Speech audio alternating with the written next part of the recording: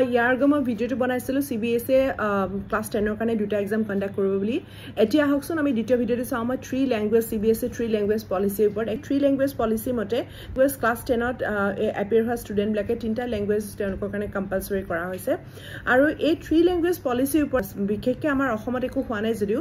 south Indian ৰাজ্যকেইখনত বিৰাট প্ৰতিবাদ চলি আছে কিন্তু পাৰ্লিয়ামেণ্টত বিৰাট প্ৰতিবাদ চলি আছে তেওঁলোকে কৈছে যে আমাৰ ওপৰত হিন্দী ইম্প'জ কৰা হৈছে এতিয়া কি হৈছে হিন্দী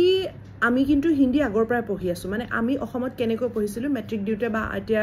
এতিয়া যোৱা বছৰলৈকে যিখিনি ল'ৰা ছোৱালী হিন্দী পঢ়ি আছিল তেওঁলোকে কেনেকৈ পঢ়িছিল ধৰক অপ্ট কৰিব পাৰে ইংলিছটো আছিলে মেইন ল্যাঙ্গুৱেজ হিচাপে মানে তাৰপিছত তেওঁলোকে অসমীয়া আৰু হিন্দী যিকোনো এটা অপ্ট কৰিব পাৰে যদি তেওঁলোকে ভাবে যে হিন্দীত বেছি কমফৰ্টেবল তেনেহলে হিন্দীত এপিয়াৰ হৈছিল যদি ভাবে যে নহয় মই নিজৰ মাতৃভাষা অসমীয়াটো পঢ়িম এক্সাম দিম অসমীয়াটো এপিয়াৰ হৈছিল কিন্তু এতিয়া যেটো দেখা গৈছে যে CBSE মানে যেটো ধৰক যিখন ড্ৰাফট স্কিমৰ মতে তেওঁলোকে যিকিটা সাবজেক্ট দিছে মানে যিকিটা কোৰ সাবজেক্ট পাঁচটা সাবজেক্টক মেইনলি কোৰ সাবজেক্ট বুলি ধৰা হয় তাত দিয়া হৈছে যে ল্যাঙ্গুৱেজ 1 ইজ ইংলিশ আৰু ল্যাঙ্গুৱেজ 2 টো হৈছে হিন্দী তাত কিন্তু হিন্দী অবলিক ৰিজনাল ল্যাঙ্গুৱেজ একো না অকল হিন্দী বুলি দিয়া হৈছে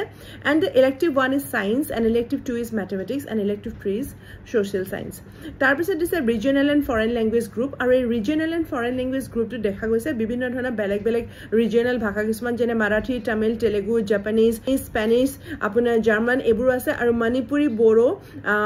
উৰ্দু থাই এনেকুৱা ল্যাঙ্গুৱেজ কিৰাও আছে আৰু তাতে কিন্তু মই অসমীয়াৰ নাম দেখা নাই কিন্তু মই ধৰি লৈছো যে তাতে RAI বুলি এটা সেগমেন্ট আছে মেবি তাতে অসমীয়াটো আহিব অসমীয়াটো তাৰ পিছত আৰু কেইটামান দিয়া আছে ৰিমেইনিং সাবজেক্ট গ্ৰুপ এটা ৰিমেইনিং সাবজেক্ট গ্ৰুপত দিয়া হৈছে ধৰক বুক কিপিং এণ্ড একাউন্টেন্সি তাৰ পিছত ধৰক কম্পিউটাৰ এপ্লিকেশনছ বা IT আৰু ধৰক আৰ্টিফিশিয়াল ইন্টেলিজেন্স তাৰ পিছত আপোনাৰ কাৰ্নেটিক মিউজিক দ্য হিন্দুস্তানী মিউজিক এনেকুৱা ধৰণৰ ধৰক subject book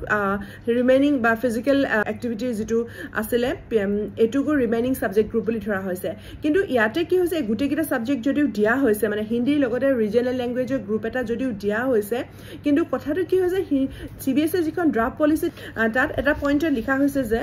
students qualifying the all 5 subjects will be declared as 5 এতিয়া অল 5 সাবজেক্টছ মানে হে কোৰ 5টা সাবজেক্টৰ কথা কোৱা হৈছে য'ত আছে হিন্দী ইংলিশ আৰু science mathematics and social science তাৰ মানে এটা এখনৰ মতে মই ভুলো হ'ব পাৰো দে এতিয়ালৈকে ভালকে বুজি পোৱা নাই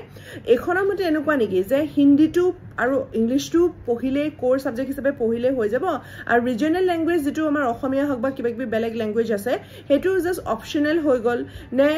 মানে অপচনেল হৈ গল মানে এনেকুৱা 5টা সাবজেক্ট পাস কৰিলে হ'ব যেতিয়া মানে এনেকুৱা হ'ব নেকি যে এই অসমীয়া বা বেলেগ ৰিজনাল ল্যাঙ্গুৱেজ কিনি ধৰ কোনোবাই যদি বিচাৰে যে মইটো নলওঁ মই জাস্ট 5টা সাবজেক্ট লম আৰু 5টা সাবজেক্ট পাস কৰি যাম বাকিখিনি নললেও হ'ব যদি এনেকুৱা হয় তেতিয়াহলে আমি যে ইমান কৈ আছো যে আমাৰ স্কুল কলেজ বিলাকত অসমীয়া বাধ্যতামূলক কৰিব লাগে মাতৃভাষা বাধ্যতামূলক কৰিব লাগে মাতৃভাষাৰ গুৰুত্ব দিব লাগে তেতিয়াহলে দেখোন আমি হেতু নপঢ়াকে আমি আৰামছে পাস কৰি গুচি যাম আমাৰ মাতৃভাষা কৰবাতে থাকিলে আমি হিন্দী পঢ়ি আৰু ইংলিশ পঢ়ি পাস কৰি গুচি গলো আৰু কোনোবাই যদি ইচ্ছা কৰে তেতিয়া লৈছে কিন্তু কোনে এটা ইচ্ছা কৰিব অলৰেডি আমাৰ ষ্টুডেন্টছ বিলাক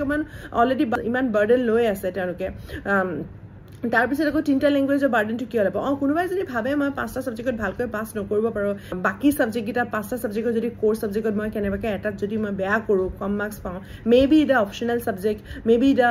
ৰিজনাল ল্যাঙ্গুৱেজ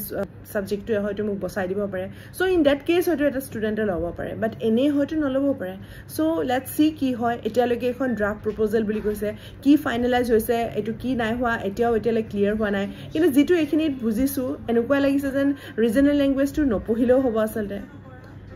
চাওঁচোন আহক কি হয়